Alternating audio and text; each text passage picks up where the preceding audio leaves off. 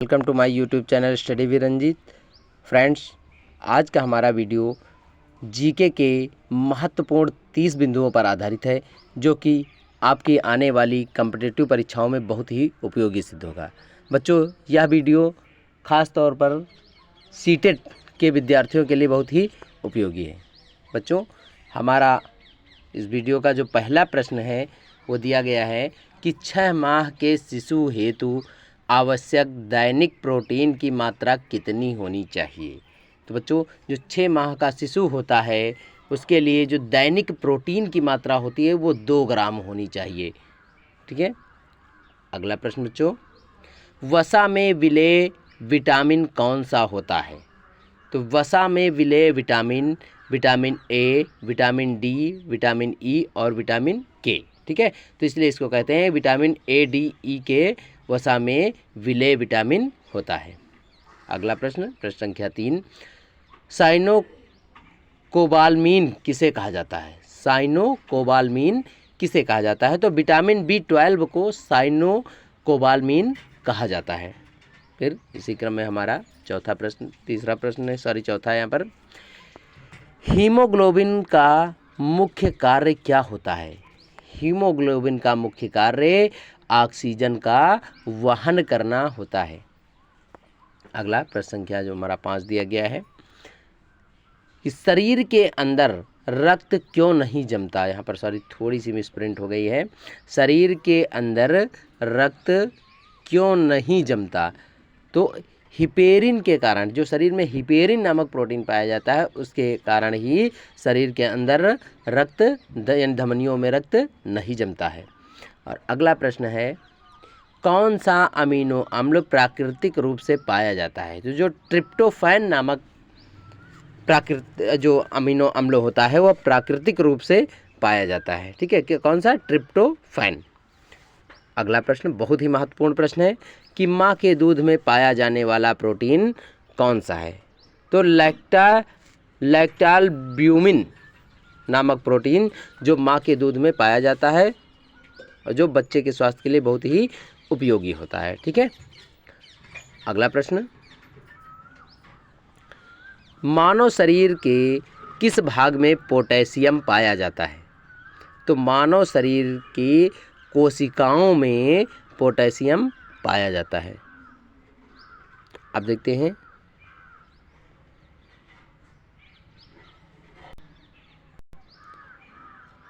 अगला हमारा प्रश्न है प्रश्न संख्या 8, फ्राइनोडर्मा रोग किस विटामिन की कमी से होता है।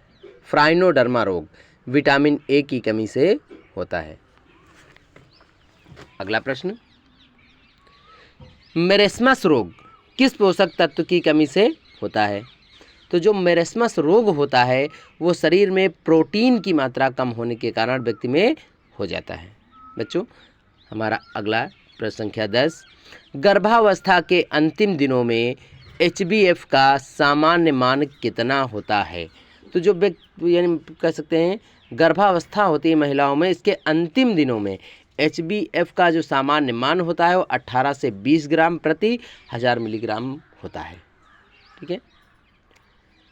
अब बच्चों देखते हैं हमारा 11वां प्रश्न, गर्भावस्था के 10वें सप्ताह के बाद प्रथम रक्त का निर्माण किन अस्थियों में होता है। देखिए, बहुत ही महत्वपूर्ण बायो से रिलेटेड क्वेश्चन है इसमें कि गर्भावस्था के 10वें सप्ताह के बाद सर्वप्रथम रक्त का निर्माण किन अस्थियों में होता है।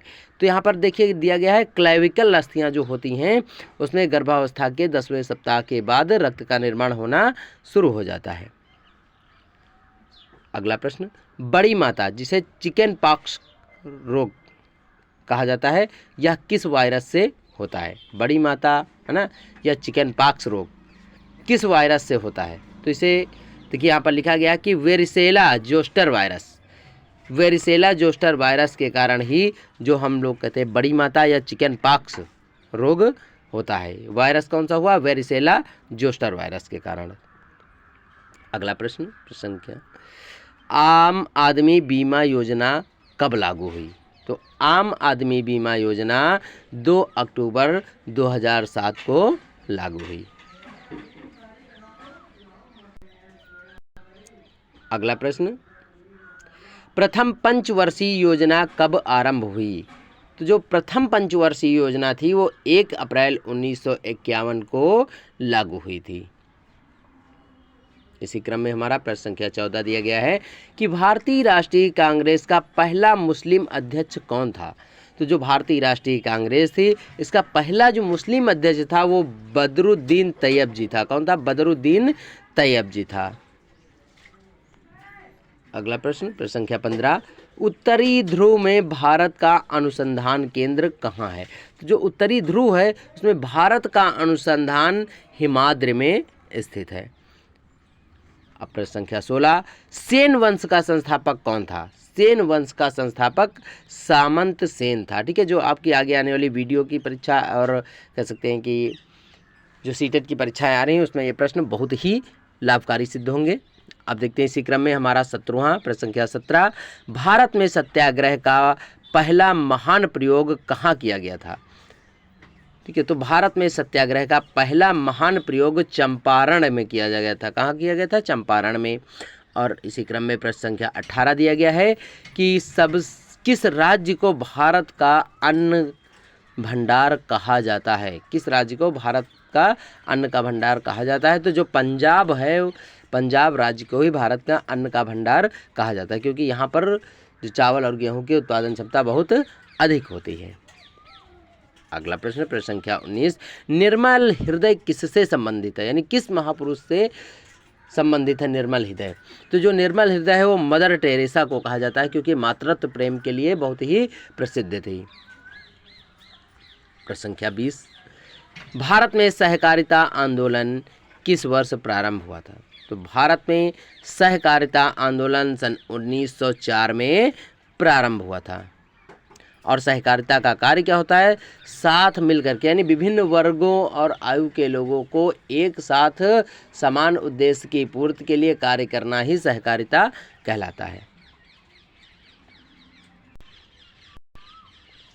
अब अगला प्रश्न देखते हैं, प्रश्न संख्या 21, भारत का पहला बोलने वाला चलचित्र कौन सा था? या इस प्रश्न को थोड़ा सा कन्वर्ट कर दिया जाता है कि भारत की पहली बोलने वाली फिल्म कौन सी थी? तो जो आलम आरा है वो भारत की पहली बोलने वाली फिल्म थी या बोलने वाला पहला चलचित्र था।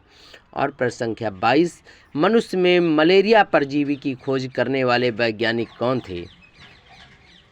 मनुष्य में मलेरिया परजीवी की खोज करने वाले वैज्ञानिक चार्ल्स लेवरान थे। कौन थे? चार्ल्स लेवरान। और अगला प्रश्न है, लिंग निर्धारण से संबंधित गुणसूत्र क्या कहलाते हैं? तो जो लिंग का निर्धारण करने वाले गुणसूत्र होते हैं वो हेटेरोसोम होते हैं। प्रश्न संख्या 24, भारत के प्रथम नोबेल पुरस्कार विजेता कौन थे? तो भारत के प्रथम नोबेल पुरस्कार विजेता रविंद्रनाथ टैगोर थे। ठीक है, अब बच्चों इसी क्रम में प्रश्न संख्या 25 दिया गया है कि भारत के किस राज्य में चांगपा जनजाति निवास करती है? अब भारत के किस राज्य में चांगपा जनजाति निवास करती है? तो वो हो जाता है हमारा जम्मू कश्मीर। जम्मू कश्मीर राज्य में ही चांगपा जनजाति निवास करती है। और अगला प्रश्न संख्या 26, भारत में मसालों का सबसे बड़ा उत्पादक राज्य कौन सा है? तो भारत में मसालों का सबसे बड़ा जो उत्पादक राज्य है वो है केरल।